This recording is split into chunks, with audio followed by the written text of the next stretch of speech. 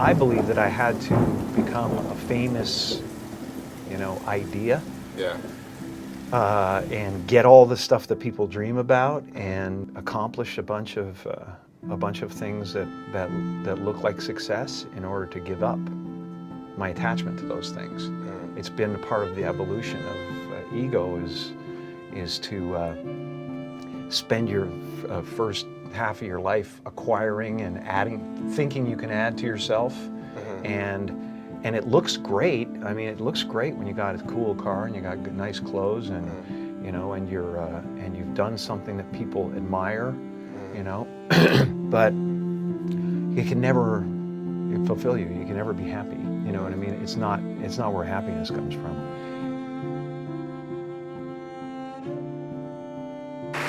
You are the vanguard of knowledge and consciousness, a new wave in a vast ocean of possibilities. On the other side of that door, there's a world starving for new ideas, new leadership. I've been out there for 30 years. It can be rough out there. Now, fear is going to be a player in your life, but you get to decide how much. You can spend your whole life imagining ghosts, worrying about the pathway to the future, but all there will ever be is what's happening here, and the decisions we make in this moment, which are based in either love or fear. So many of us choose our path out of fear disguised as practicality. What we really want seems impossibly out of reach and ridiculous to expect, so we never dare to ask the universe for it. I'm saying, I'm the proof that you can ask the universe for it. Please. My father could have been a great comedian, but he didn't believe that that was possible for him. And so he made a conservative choice. Instead, he got a safe job as an accountant. And when I was 12 years old, he was let go from that safe job. And our family had to do whatever we could to survive.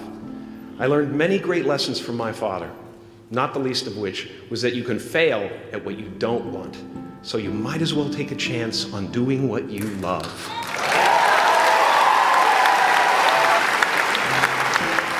It's not the only thing he taught me, though. I watched the effect of my father's love and humor and how it altered the world around me. And I thought, that's something to do. That's something worth my time. My father used to brag that I wasn't a ham, I was the whole pig. And he treated my talent as if it was his second chance. When I was about 28, after a decade as a professional comedian, I realized one night in LA that the purpose of my life had always been to free people from concern, just like my dad. And when I realized this, I dubbed my new devotion the Church of Freedom from Concern. The Church of FFC.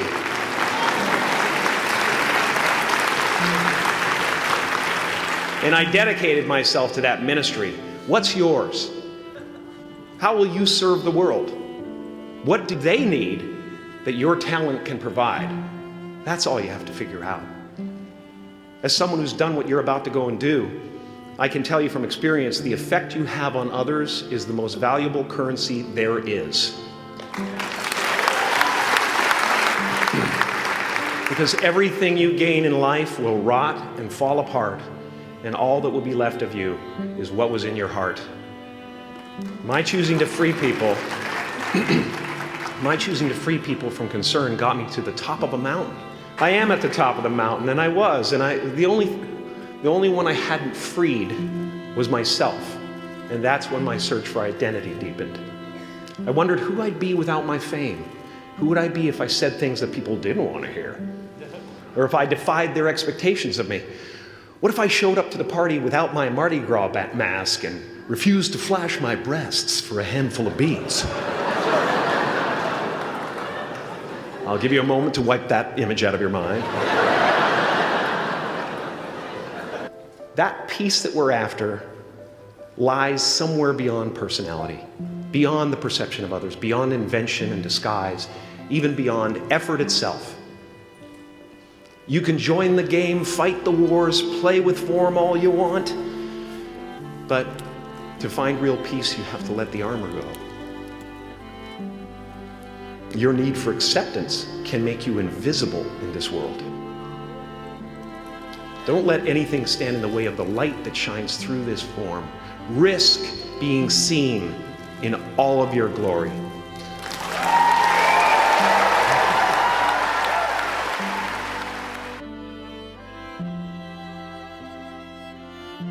Painting is one of the ways, thank you. Painting is one of the ways I free myself from concern, a way to stop the world through total mental, spiritual, and physical involvement. But even with that comes a feeling of divine dissatisfaction.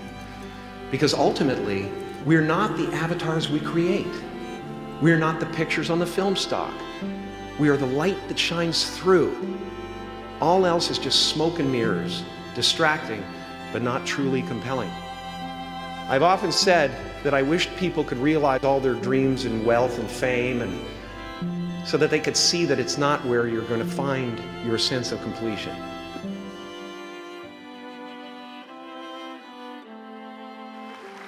Our eyes are not viewers, they're also projectors that are running a second story over the picture that we see in front of us all the time. Fear is writing that script, and the working title is, I'll Never Be Enough. Now you're going to look at a person like me and say, how could we ever hope to reach those kind of heights, Jim? How do you fly so high without a special breathing apparatus? This is the voice of the ego. And if you listen to it, there will always be someone who's doing better than you. No matter what you gain, ego will not let you rest. It will tell you that you cannot stop until you've left an indelible mark on the earth, until you've achieved immortality. How tricky is this ego that it would tempt us with the promise of something we already possess?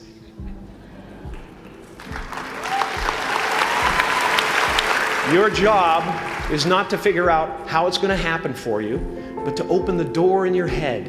And when the door opens in real life, just walk through it. As far as I can tell, it's just about letting the universe know what you want and working toward it while letting go of how it comes to pass. And don't worry if you miss your cue, because there's always doors opening. They keep opening. And when I say life doesn't happen to you, it happens for you, I really don't know if that's true. I'm just making a conscious choice to perceive challenges as something beneficial so that I can deal with them in the most productive way. You'll come up with your own style. That's part of the fun. Oh, and why not take a chance on faith as well? Not religion, but faith. Not hope, but faith. I don't believe in hope. Hope is a beggar. Hope walks through the fire and faith leaps over it. You are ready and able to do beautiful things in this world. And after you walk through those doors today, you will only ever have two choices: love or fear. Choose love, and don't ever let fear turn you against your playful heart. Thank you so much. Thank you, Dad. I'm so honored.